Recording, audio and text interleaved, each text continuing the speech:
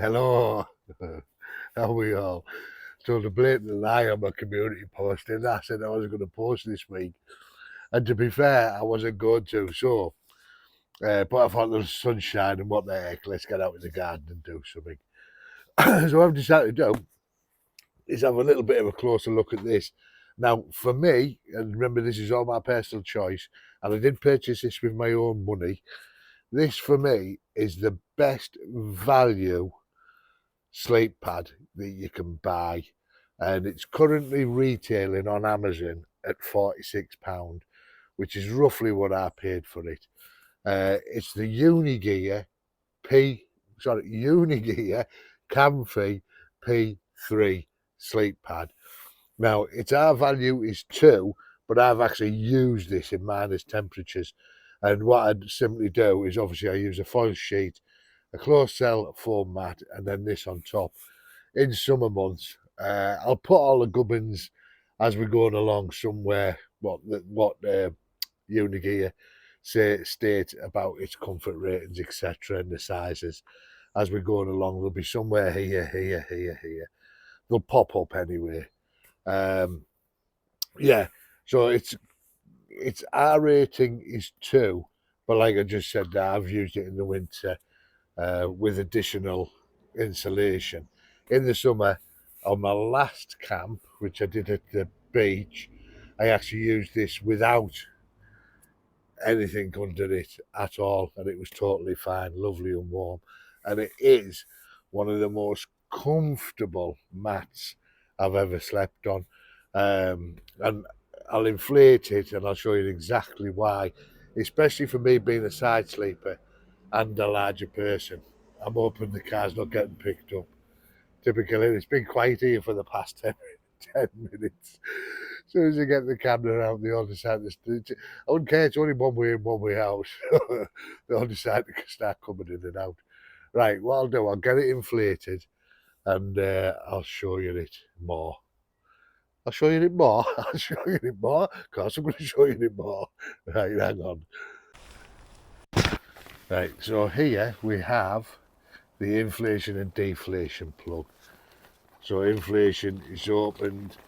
The thing about this, what I would change, I'd rather see it with the, I'm trying to, hang on, I'll turn the old mat round. I would try, all you've got here is like a rubber grommet that pushes in to allow the air in, and then obviously when there's pressure that'll close back over. But I would much rather see this just be a straightforward, well, not straightforward, you know, the two-way valves that you get on others where you lift one up to inflate and then you pull a lot off to deflate. Because when you deflate, that is a bit of a nuisance. It is probably my only niggle with this, is when you deflate it, sometimes that'll pop back over and close. So you got to try and keep your finger in there to close it. But I think on the new ones, they may have changed that to the valve system that I'm actually on about. So yeah, so that's it unfolded. It weighs, it's not the lightest mat, it weighs 950 grams or 948, so let's round it up. So it's not the lightest, but for comfort, it's well worth taking. And the sack that it comes in, its store sack, also doubles up as a pump sack. It's not the biggest in the world and it's not the best. If you're push comes to shove, I would use it, but I wouldn't really. I just use the mat because it does take a while, but that does just simply clip into there, and then obviously I'll show you. Get a breath in there, but you can see, look, it doesn't even hold much air, that. So I don't use that at all. I'll get the flex tail on it, I'll pump it up, and I'll show you what it's like when we come back. Covering you there, aren't I? So I'll get it pumped up, and I'll show you what it's like when we come back. So there it is, fully inflated. I'm going to stand over here behind the washing line. Hopefully you can still see me. So yeah, and this is the large version. And I don't know if you can see the pattern that's on this. This is all ergonomically designed to offer you the best support if you're side sleeping. So I'll pop it on the ground on the lawn and I shall show you it down there and what the features are of this compared to other mats. Because I do have I do have a couple of mats, but this is now my go-to mat even in winter. I've got a X-Bed, which is down to 5, R rating of 5, and it has the long, just the long straight baffles. And I find it too narrow as well with it being a side slip, and I don't find it that comfortable. So, but this one is much, much better, and I'll show you why. So, as you can see, or maybe not, it's 3 inches thick, so it's a lovely thick mat. It's very robust material. It's never ever gone down on me, this, like, so yeah. So what you do, you get a lot of support here on your top half of your body and your shoulders, and then these baffles here where they change are designed to give your knees and your legs more support, excuse me. And then at the bottom, obviously, your back to your feet there. But yeah, it's a lovely mat. Right, for comedy value, I'm going to jump on it, and it's a bit hot for Ollie today. Sidetracking. Reel yourself back in, Michael. Oh, God, I sound like a pig there. Reel yourself back in, Michael. It's too hot for Ollie. Don't you start barking all. So here I am, laid on, here I am laid on the mat. This is me sideways, how I like to go. So how I roll, literally how I roll, and that is super. I know him. Oh, he's the best kisser. Yeah, they're for Auntie Ellen, them kisses. Yeah, so that is lovely and comfortable, and there's tons of room on it. I'll show you down to the bottom end of it. Look at me trotters. But again, hopefully you can see there's loads of room on that as well. And then up here, so there's loads of room, as you can see, even if I lay on my back. It's always a danger laying with a staffy running around. He thinks he just wants loves. Yeah. So, they're the best cushions, thanks all. Yeah, so there we are. I'm gonna get up gracefully now. I'm a foot, so I'll bring you back in a split second. Like now, give me a split second. If that. So the deflation plug on this is actually at your foot end, which I think's quite good as well. So it leaves your head end clear of any obstructions whatsoever. Yeah, like I say, I love this mat.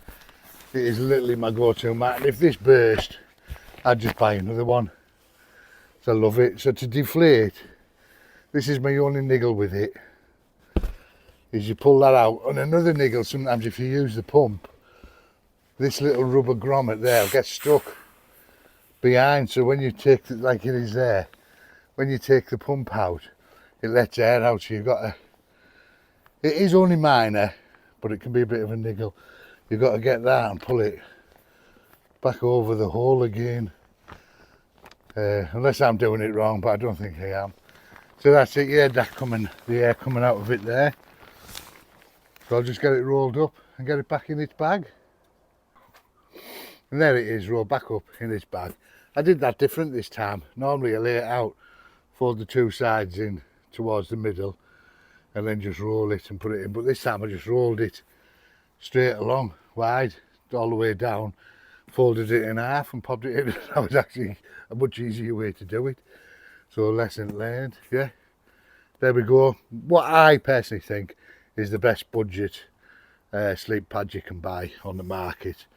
Yeah, I love it. These are the videos out there, people have had a look at it. So check them out as well.